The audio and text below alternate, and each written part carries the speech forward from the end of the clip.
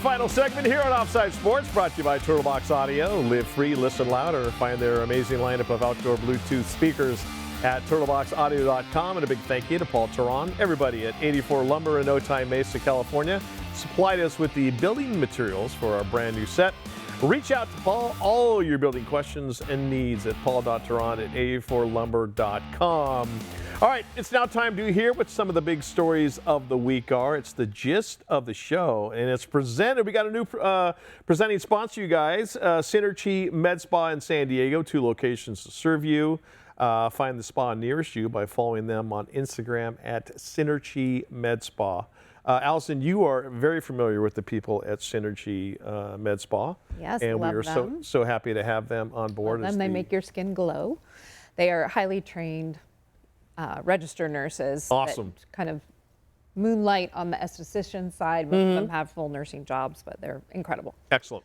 All right. All right. What do we talk about today? So for gist of the show, I'm going to change it up a little bit during football season. We're going to be having either 2 flags and a touchdown or 2 touchdowns and a flag, depending on the stories that I think are worthy. Okay, so this week I'm going to start with my flag.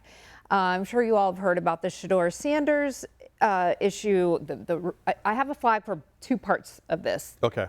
Story came out this week, and of course, the Browns were playing the Ravens. I understand why it came out this week, but I still have questions about why did it come out at all? Why wasn't it a draft week story? So he was drafted in the 5th round by the Browns. In the 4th round, the Ravens wanted to draft Shedeur. He told them no. He didn't want to go play behind Lamar Jackson, which I guess I can understand, but at the same time, maybe it'd be better for Shedeur's career to be playing under a seasoned quarterback for a good organization. Maybe a future Hall of Famer. Thank you. That is well run. Instead, he's playing for, the Browns. Not a great organization, and he's 3rd on the depth chart. Right. So my flag goes to Shedeur. It also goes to whoever leaked this story at this point. I know they wanted a storyline for game week, but I still think it was a little dirty for most people involved. Didn't love it.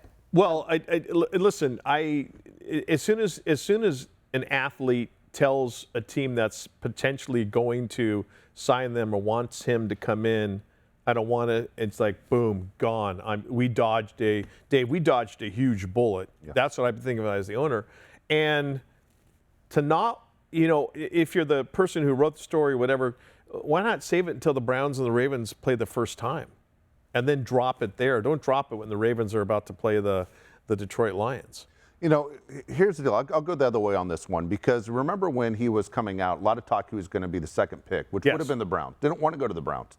His dad made a big deal about the Browns are a terrible organization. Well, they're the ones he ends up with anyway, but for a lot less money. Yeah. So the Ravens are one of the best run organizations in the NFL. And Lamar Jackson's in his, late 20s. And we see guys now playing in their 40s at quarterback. I mean, Shedeur maybe never plays. And so I just going that route of here's a guy that already has a lot of money that's financially stable, that maybe the right move is for him to say that's not the organization I want to go to. Maybe he thought he'd end up somewhere else to play. Could be. And at the same time, it just happened to be back with the Browns for a lot less money. Played his cards kind of bad. Karma's, you know what? Yep. All right, I have 2 touchdowns. They both happen to have something sort of to do with the Dallas Cowboys. I didn't plan that just the way it worked out this week. My first one is for the Cowboys kicker, Brandon Aubrey. What a story. The guy plays for the MLS out of college. Yep. Then that career ends. He goes on to become a software engineer. One night he's watching Red Zone with his wife. So they see somebody miss a field goal. His wife says, I think you could do that. And he's like, oh, I can't do that. Oh, I think you can. So he started practicing, started working with the trainer, got signed with the USFL team, the Birmingham Stallions, where he was 2-time champion for the league. He did incredible. 2023, the Cowboys signed him. This guy is unreal. And if more games come down to bigger kicks, it just seems like they're getting farther and farther. Yeah. Is the ball changing? I don't know the dynamics behind the ball changing, but Brandon Aubrey is something to watch. He is money. They can put him in at any point. The guy could probably kick it 70 or 80 yards. Allison, I'm a little different on this story. I hope he blows out both ACLs in his knees on the same play. You know why? Why? You know why? Why? Because Brandon Aubrey kicked a 65-yard field goal to tie the game for the Cowboys against the Giants. Yeah. And I got beat by 4 points in my fantasy football matchup this Sunday. And the guy who was playing against had Brandon Aubrey as his kicker. Okay, I want nothing but the worst for Brandon Aubrey. I have Brandon Aubrey on my fantasy team as well. Puke. So another reason why I love him. That's But a great touchdown, to though. make 4 field goals. Yeah. From they were from He's a great 51, 44, 64, and 46. Like, Yeah, and you he don't has have to and he has a remind me. long 65. Like he's incredible. And easy. He makes it look so easy. So Like there's So no much effort. room to clear the crossbar. I know, 80 yards. He looks unruffled. He is fun to watch. It's pretty Very. amazing the way he kicks. Yes. He's better than Gus the Mule in that old Disney movie. All right, my second touchdown goes to the Dallas Cowboys. Osa, I'm going to pronounce his name wrong, Odighizuwa. Okay. God bless you. He's an amazing guy with a huge heart. He earned this week's NFL Players Association Community MVP Award. He hosts every year a baby shower for single moms. Who he provides them with hundreds and hundreds of dollars worth That is of awesome. necessities for them and for their babies. He also does the same thing during the bye week in his hometown of Portland. He and his brothers grew up with a single mom, so this is a huge importance to him. He has a foundation that also provides school supplies to hundreds of children in the Dallas and Portland areas. He has a huge heart for kids and wants them to have every advantage to succeed as much as kids in a nuclear, regular, more privileged family. Right. So I have a lot of respect for him and his big heart. And so those are my. He's the anti-Tyreek Hill. He is. He is. Well, he's a doll. So those are my. And he has the hugest smile. Like, look at that big guy. He's so darling. He's got a big smile, but he really has a big heart for children and single moms. You know, the NFL does such a great job of promoting everything, maybe ad nauseum, as far as their sport is concerned. And I think sometimes they've kind of fallen back a little bit on. Now the media tends to, if it's spicy, if it's controversial, if it's dirt, it will lead.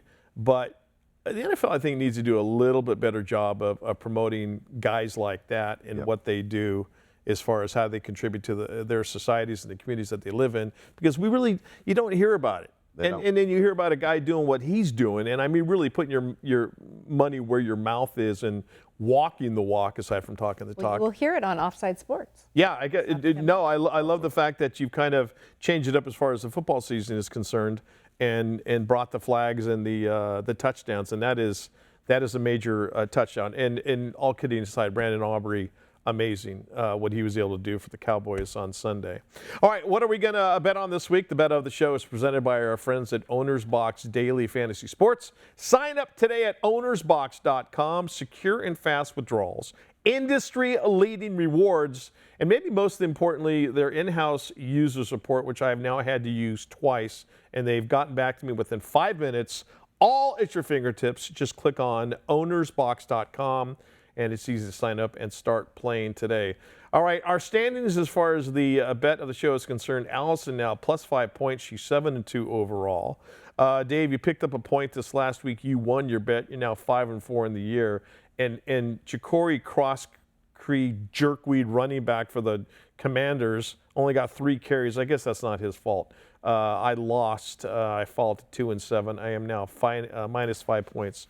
Was there a minus next to that 5? I didn't look like I saw a minus. Yeah, it's a minus. Yeah, I just want to make sure it was there. Yeah, the it's a production minus. room, Everyone please knows. make those bigger. I want that. All right, we're betting on the Thursday night matchup between the Bills and the Dolphins. Allison, you get to go first. All right, I have Josh Allen over the Miami Dolphins to have more than 232.5 yards passing. Yep. I think he's going to have a field day against the Dolphins. I think he is too. Yeah, Dolphins are another free spot on the bingo board. Dave, who are you going to go with? All right, I think my win streak honestly will come to an end this week, but I'm going to go with it anyway because I have him on my fantasy team. Also, I'm an Alabama guy. He's an Alabama guy. So from my fantasy team, the Waddle House, I'm going Jalen Waddle to have more than 51.5 receiving yards.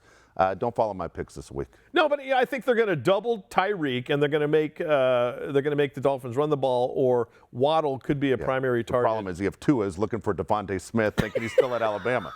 That's the issue. Where's Paul Warfield? Throw the ball to him. All right, I'm going with James Cook, running back for the Buffalo Bills, more than 65.5 yards in this game. And yeah, I think week 3 is going to get underway with the Buffalo Bills rolling the fish there in South Florida.